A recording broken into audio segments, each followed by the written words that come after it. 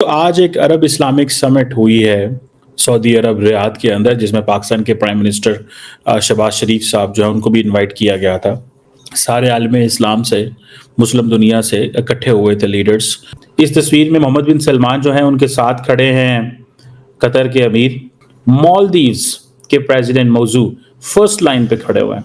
And then Pakistan is a इतनी बड़ी nuclear armed country, उन्होंने पीछे खिलाता नहीं। देखें, जिस मुल्क के वो बादशाह हैं वो बैंकरप्ट है। वहां के अभी 2 महीने के अंदर पीआईए के 8 एयर होस्टेसें भाग गई टोरंटो उतर के, वो बैन करने लगे। आप हम ये बात करते हैं ना जी, एक न्यूक्लियर आर्म्ड कंट्री है, अरब वर्ल्ड को अक्सर हमारी जरूरत पड़ती रहती है। उन्होंने पीछे खड़ा कर दिया। उन्होंने कहा भाई आपका क्या है, हम तो आपको तो जब मर्जी पैसे दे के बुला लें। आजादी से पहले तुर्की के साथ हमारी एफिलिएशन थी, ठीक है, खिलाफत का निजाम था, हम लोग खिलाफत को फॉलो करते थे। लेकिन जैसे उन्होंने अपने रूल्स एंड रेगुलेशंस के अंदर जैसे खिलाफत का निजाम खत्म हुआ है, जैसे उन्होंने वेस्ट को फॉलो करना शुरू किया, हमने कहा लो जी ये तो मुसलमान ही नहीं रहे। हमें बताया गया है कि अवेयर डू यू, आपकी वैल्यू कितनी है। इधर बुलाते हुए नरेंद्र मोदी को साथ खड़ा करना था मोहम्मद बिन सलमान ने, साथ खड़ा करना था मोहम्मद बिन सलमान ने। क्यों? क्योंकि उनको पता है कि नरेंद्र मोदी की मार्केट वैल्यू क्या है। दोस्तों, मोदी जी ने इनके लाहौरी चूरन की दुकान बंद करा दी है। अब इनका जो लाहौरी चूरन था ना, मुस्लिम भाई, मुस्लिम ब्रदर, मुस्लिम मुल्क, ब्रदर मुल्क, वो सब बंद हो गया है। आपको इस फोटो के अंदर शहबाज शरीफ ढूंढने से भी नहीं मिलेगा। ये औकात है उम्मा में इनकी, 57 इस्लामिक मुल्कों में ये औकात रह गई है इनकी। जो ये कहते थे हम इस्लाम के चैंपियन हैं, एटमी मुल्क हैं, पूरी दुनिया के लिए हमारे पास जो है इस्लामिक बम पड़ा हुआ है, ये औकात है इनकी। धक्के मार मार के पीछे भेज दिया, चल भाई पीछे जाके खड़ा हो जाए, क्योंकि बुलाना जरूरी था। 57 है तो उसको बुलाना भी जरूरी था। हकीकत ये है दोस्तों, आप जानते हैं सऊदी अरब में या अरब कंट्रीज में से कोई पाकिस्तान आना पसंद नहीं करता और इनको बुलाना पसंद नहीं करता। ये तो आए दिन उठ के वहां चल पड़ते हैं, इससे चल पड़ते हैं क्योंकि इनको भीख मांगनी होती है। वो ना इनके मुल्क में जाना चाहते हैं, ना इनको बुलाना चाहते हैं। अब यूएई ने भी जो है इनके पाकिस्तानियों का ही वीजा बंद कर दिया है, वो कोई आएगा ही नहीं, वर्क वीजा ही बंद कर दिया है। बताइए, ये हालत हो गई है इनकी इस्लामिक मुल्कों में। और ये बहुत अच्छा लगता है मेरे को, क्योंकि अब इनके दिन बुरे शुरू हो चुके हैं और बहुत बुरे दिन आ गए हैं। आप भी कमेंट्स कीजिएगा दोस्तों, वीडियो को लाइक और चैनल सब्सक्राइब जरूर कीजिएगा। Thank you very much. तो आज एक अरब इस्लामिक समिट हुई है सऊदी अरब रियाद के अंदर, जिसमें पाकिस्तान के प्राइम मिनिस्टर शहबाज शरीफ साहब जो है उनको भी इनवाइट किया गया था।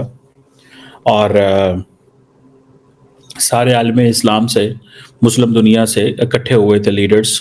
और असल मकसद जो ये था कि किस तरह क्या किया जाए कि इंटरनेशनल कम्युनिटी पे ये प्रेशर डाला जाए कि जो गज़ा के अंदर एक जो ह्यूमैनिटेरियन क्राइसिस है उसको एड्रेस किया जा सके और सीज फायर कराया जा सके और जंग बंद करवाई जा सके। जो प्राइम मिनिस्टर शहबाज शरीफ ने भी अपनी स्पीच दी, लेकिन सबसे पहले मैं तबसरा करना चाहता हूं इस तस्वीर का। इस तस्वीर में अगर आप देखें तो शहबाज शरीफ साहब आपको नजर नहीं आएंगे। इस तस्वीर में मोहम्मद बिन सलमान जो हैं उनके साथ खड़े हैं कतर के अमीर, उनके राइट साइड पे जॉर्डन के खड़े हैं किंग अब्दुल्ला, फिर प्रेसिडेंट सीसी, बशार अल असद, उसके साथ जो है फ़लस्तीन के सदर हैं, साथ आई थिंक मोरक्को के हैं, आई डोंट नो नेक्स्ट कौन है, मालदीव्स के प्रेसिडेंट मौजू फर्स्ट लाइन पे खड़े हुए हैं।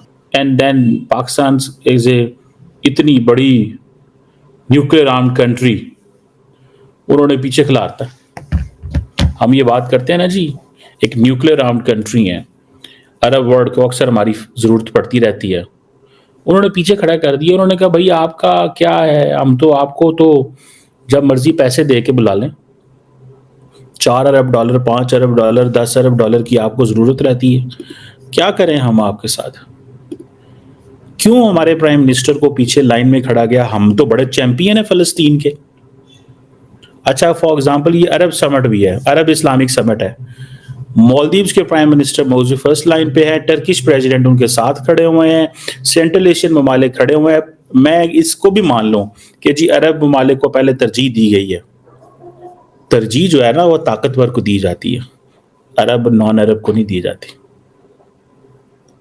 अब हम पिछले 1.5 साल से जनाब सर पे हमने हर चीज उठाई हुई है, ठीक है, अब अरब्स को तो नहीं अच्छा लगता पाकिस्तान जब फलस्तीन की बात करता है ज्यादा, दे डोंट लाइक दिस, उनको बिल्कुल नहीं अच्छा लगता। वो कहते हैं क्या यार हर वक्त आप लगे रहते हैं फलस्तीन फलस्तीन करते रहते हैं, ये हमारा मसला, हम इसको रिजॉल्व कर लेंगे, आप करें हैं कॉन्फ्रेंस बुलाएं हैं फलस्तीन के ऊपर, कितने लोग जाएंगे आपकी कॉन्फ्रेंस पे? अगर हमसे ये क्यों कहे कि आप अपनी कॉन्फ्रेंस बुलाएं फलस्तीन के ऊपर, गजा के ऊपर, हम देखते हैं अरब वर्ल्ड में से कौन आता है और किस लेवल की अटेंडेंस होगी, हम बताते हैं आपको, कोई अटेंडेंस नहीं होगी। कोई मुसलमान मुल्क जो है वो हमारे कहे बगैर अरब मुल्क वहां पे जाएगा नहीं। मुझे कोई इतराज नहीं है आखिरी पहली लाइन, मैं जस्ट आपको इसके मीनिंग होते हैं, सिग्निफिकेंस होती है, ठीक है, और मीनिंग एंड सिग्निफिकेंस समझी जाती है कि इसका क्या मतलब है। हमें बताया गया है कि वेयर डू यू, आपकी वैल्यू कितनी है। हमने तो गजा के ऊपर क्या नहीं किया, फलस्तीन के लिए क्या नहीं किया, ठीक है। इधर बुलाते हुए नरेंद्र मोदी को साथ खड़ा करना था मोहम्मद बिन सलमान ने, साथ खड़ा करना था मोहम्मद बिन सलमान ने। क्यों? क्योंकि उनको पता है कि नरेंद्र मोदी की मार्केट वैल्यू क्या है। नरेंद्र मोदी की मार्केट वैल्यू ये है कि वो $4 ट्रिलियन की जीडीपी है। उनकी मार्केट वैल्यू ये है कि उसके पास कुछ $600-700 अरब फॉरेन एक्सचेंज रिजर्व पड़ा, जब मर्जी जैसे मर्जी वो अपनी ट्रेड करे। एक उसको पता है कि इंडिया जो है वो हमसे $55 अरब की बायलैटरल ट्रेड है, अच्छा भला तेल खरीदता है। उनकी वैल्यू उस लेंस से देखी जाती है। असी सारा टाइम इस्लामी नारे मजहबी नारे जड़ा ना मारते रहने और कहते ने यार भाई जो साइड ते की तुसा रौला पाया, तंग कर दे सन, क्या तंग किया उन्होंने? सच्ची बात है, हमारे बातें पाकिस्तानी बहुत अच्छी करते हैं, लेकिन उन्होंने बता दिया है कि आपकी वैल्यू कितनी है। इसका मतलब यह है कि they do not consider us. This is where the world, where the Muslim world, आलम इस्लाम जिसको हम कभी समझते थे जिसके हम चैंपियन हैं, वो हमें यहाँ खड़ा करते हैं साइड पे, बिकॉज उनको पता है कि हमारी इतनी रेलेवेंस एंड वैल्यू है। हालात हमारे ये हैं कि इन्फ्लुएंस हम वेस्ट से हैं, ठीक है, फॉलो हमने उनको करना है। मुंह पे हम कहते हैं वो हमारे दुश्मन है, वो हमें कंट्रोल कर रहे लाइक हैं। भी उन्हें करते हैं। हम हर बंदा इतने डेस्परेट है, हम इतने डेस्परेट हैं ठीक है। कि जिसको हर दूसरे स्टूडेंट को पूछ लो किधर जाना है, वो UK कहेगा जाना यूरोप है। जाना। हाँ। देखिए ये बाउंड्री हमने क्यों बनाई है, ठीक है। पाकिस्तान हमने क्यों बनाया है कि इस्लामिक कंट्री। हम अपने रूल्स एंड रेगुलेशंस को बगैर किसी रिस्ट्रिक्शन के ठीक है। अप्लाई कर सके, उनको इम्प्लीमेंट कर सके। तो उनको यहाँ पे रह के करें ना। ठीक है। मरे हम इस कदर जा रहे होते हैं कि हमने इलीगल वे से बाहर जाना है, यूरोप जाना है, यूरोप जाना है, हमने अमेरिका जाना है, इलीगल तरीके से टंकियां मार मार के बाहर जा रहे हैं। लेकिन फिर क्या है, हमने उनके रूल्स एंड रेगुलेशंस को फॉलो नहीं करना। भाई ये सिर्फ पाकिस्तान के अंदर सिस्टम है। ठीक है। ये जो लाड है ना आपको कि आप आराम से लोगों को जो है वो चैलेंज कर दें या उसको आप इग्नोर कर दें, डिनाई कर दें, ये आपको यहाँ पे बड़ी हुई उन्होंने आदत है। अपना चेक एंड बैलेंस या उनका सिक्योरिटी जो भी उनका सिस्टम है उसके ऊपर इम्प्लीमेंट करवाना है। अंबर जी बड़ी आपने अपने ख्याल से जो ओपिनियन दिया बेहतर दिया, लेकिन देखे ना पाकिस्तान जो मेजर इशू है जी बुर्का या पर्दा करवाया जाता है इस वजह से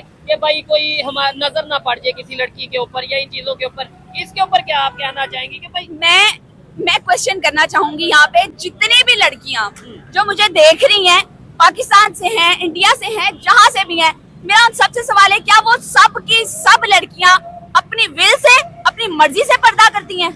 और अगर वो कर भी रही हैं, जैसे भी कर रही हैं, अपनी विल से कर रही हैं, किसी और की विल से कर रही हैं, फिर भी क्या वो सिक्योर हैं? हाँ, बड़ा सवाल ये।